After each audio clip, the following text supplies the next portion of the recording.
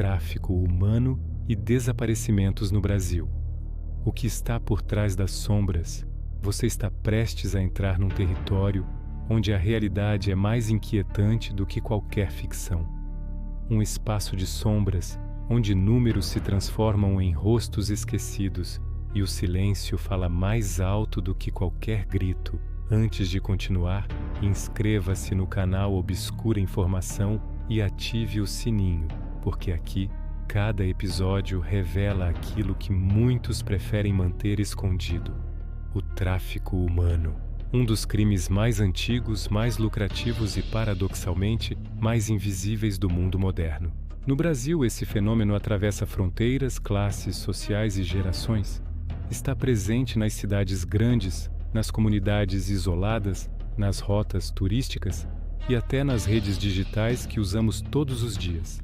Mas para compreender a dimensão desse problema, é preciso olhar além das estatísticas e dos casos isolados.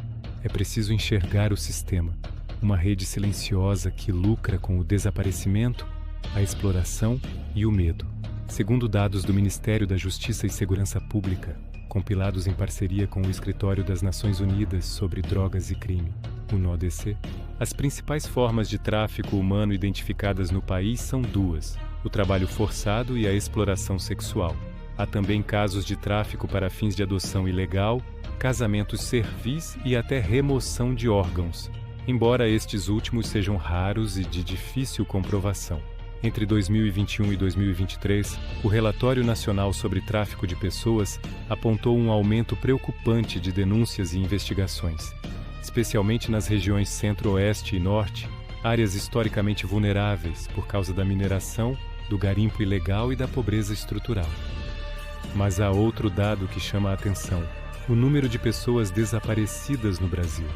Segundo o Sistema Nacional de Localização e Identificação de Desaparecidos, Sinalid, e o Sinesp, o país registra, em média, entre 60 e 80 mil desaparecimentos por ano. Nem todos estão ligados ao tráfico humano, é verdade. Mas especialistas alertam: dentro dessas estatísticas há casos que nunca chegam às manchetes e que podem esconder histórias de exploração, servidão e violação de direitos humanos. Os números são frios, mas cada um deles representa uma ausência real. Uma mãe que espera notícias, um filho que nunca voltou da escola, um trabalhador que saiu em busca de um emprego e jamais foi visto novamente. O tráfico humano se aproveita exatamente disso, da esperança, da necessidade e da vulnerabilidade. De acordo com a Organização Internacional para as Migrações, OIM, o Brasil é considerado origem, trânsito e destino de vítimas de tráfico. Isso significa que pessoas são traficadas a partir do Brasil para outros países, trazidas de fora para dentro do país e também movidas dentro do próprio território nacional. As rotas internas frequentemente ligam zonas rurais empobrecidas a grandes centros urbanos, onde a promessa de emprego fácil e rápido se transforma em armadilha. Já as rotas internacionais, segundo o Itamaraty e o UNODC, envolvem destinos como Portugal, Espanha, Suíça e Guiana Francesa, países onde há comunidades brasileiras significativas e uma procura constante por mão de obra barata. Mas quem são essas vítimas? O perfil predominante, de acordo com os dados oficiais, é composto por mulheres jovens, frequentemente entre 15 e 29 anos, com baixo nível de escolaridade e proveniência de regiões carentes. Contudo, os números mostram também o crescimento de casos entre homens adultos, especialmente em situações de trabalho forçado na agricultura, construção civil e pesca. Há ainda casos envolvendo crianças e adolescentes, recrutadas através de redes sociais ou agências de emprego falsas. O aliciamento moderno raramente se parece com o que vemos nos filmes. Não há correntes nem raptos cinematográficos. O que há, na maioria das vezes, é manipulação psicológica, promessas falsas e coerção econômica. As vítimas são convencidas de que estão a caminho de uma oportunidade melhor, até perceberem que perderam o controle sobre os próprios destinos. Em 2022, o Relatório Global sobre Tráfico de Pessoas da ONU destacou um dado alarmante. O uso da internet para recrutamento de vítimas cresceu de forma exponencial durante e após a pandemia. Perfis falsos, anúncios de emprego duvidosos e até páginas de namoro são ferramentas utilizadas para identificar e atrair pessoas em situação de vulnerabilidade. O crime, antes escondido em becos e portos, agora se expande através de ecrãs e cliques. Mas o que acontece depois? Segundo o Ministério da Justiça, muitas vítimas acabam presas em situações de servidão por dívida, uma prática antiga em que o trabalhador acredita estar a pagar uma dívida inexistente através do próprio esforço, mas na verdade está a ser explorado indefinidamente. Outras são forçadas à prostituição, obrigadas a entregar o lucro ao traficante e impedidas de escapar por medo, ameaças ou ausência de documentos. E aqui surge uma das maiores dificuldades do combate a este crime. O tráfico humano é invisível. Não deixa rastros claros. As vítimas, quando conseguem fugir, raramente denunciam, por medo de represálias ou por desconfiança das autoridades. Muitas sequer se reconhecem como vítimas. Acreditam que a culpa é delas, que aceitaram trabalhar demais, ficar com alguém por necessidade, ou viajar para ajudar a família. Enquanto isso, as estatísticas oficiais tentam acompanhar uma realidade que se move nas sombras. De acordo com o Relatório Nacional sobre Tráfico de Pessoas de 2023, a subnotificação continua a ser o principal obstáculo. Estima-se que menos de 20% dos casos reais cheguem a ser formalmente identificados. O tráfico humano não é apenas um crime contra a liberdade, é um ataque direto à dignidade humana, a ideia de que cada pessoa tem o direito de escolher o próprio destino. E por isso, combater este fenômeno é também um desafio ético e cultural. O Brasil possui uma das legislações mais completas da América Latina para o enfrentamento do tráfico humano. A Lei no 13.344 de 2016 define claramente os crimes e estabelece medidas de prevenção e assistência às vítimas. Ainda assim, as dificuldades na aplicação da lei são inúmeras: falta de recursos, ausência de capacitação das forças policiais, pouca integração entre os estados e, sobretudo, a indiferença coletiva. Muitos brasileiros ainda acreditam que o tráfico humano é algo distante, um problema de fronteira, de grandes cidades ou de filmes estrangeiros. Mas a verdade é que ele está mais próximo do que imaginamos. O tráfico humano é um crime que se alimenta do silêncio. Não é apenas a ação de um indivíduo, mas de uma rede complexa que mistura pobreza, corrupção, desigualdade e impunidade. Como uma teia que se expande nas sombras, ele envolve aliciadores, transportadores, falsificadores de documentos e até intermediários que aparentam respeitabilidade. Segundo o relatório global do UNODC de 2022, o tráfico humano movimenta mais de 150 mil milhões de dólares por ano em todo o mundo. Depois do tráfico de drogas e de armas, a terceira atividade criminosa mais lucrativa do planeta.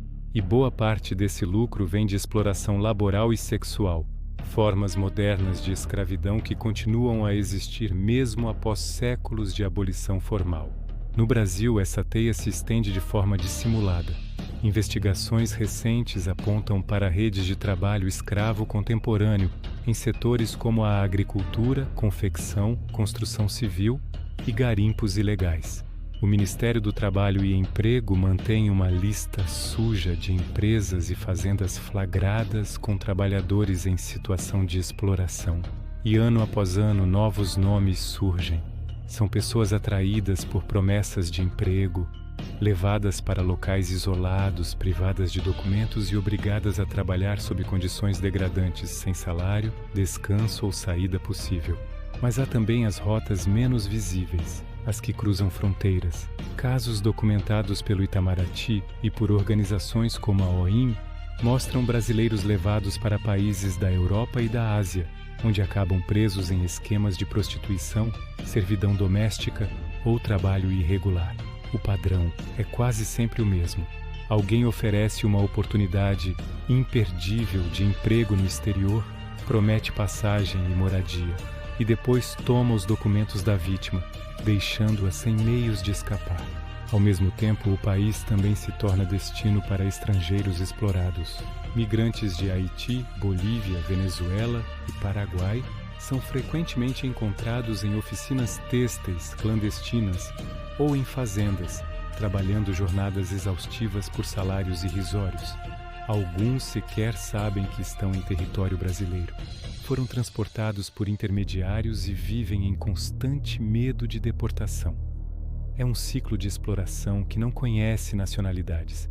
A pobreza, a falta de oportunidades e o desespero são o verdadeiro combustível que mantém essa máquina em funcionamento. E enquanto a exploração avança, outro fenômeno cresce nas sombras: o desaparecimento de pessoas. Segundo o Anuário Brasileiro de Segurança Pública, o Brasil tem mais de 700 mil registros de desaparecidos acumulados nas últimas décadas. Alguns são reencontrados, outros permanecem desaparecidos para sempre.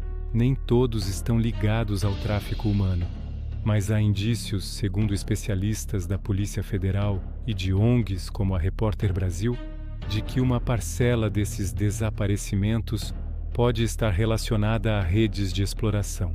Esses casos são os mais difíceis de investigar. Muitas vezes não há testemunhas, não há boletim de ocorrência imediato, e a falta de integração entre os estados faz com que o rastro desapareça antes mesmo de começar. A invisibilidade é a principal arma do tráfico humano.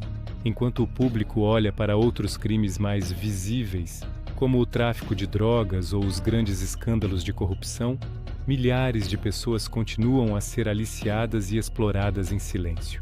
Os criminosos sabem disso. Eles operam nas margens, explorando brechas na fiscalização, conivência de autoridades locais e, sobretudo, o medo das vítimas. Mas há quem resista. Em todo o país, existem organizações e pessoas comuns que lutam para romper essa teia. Projetos como o Escravo Nem Pensar, coordenado pela ONG Repórter Brasil, realizam ações educativas em comunidades vulneráveis, ensinando pessoas a reconhecer e denunciar práticas suspeitas.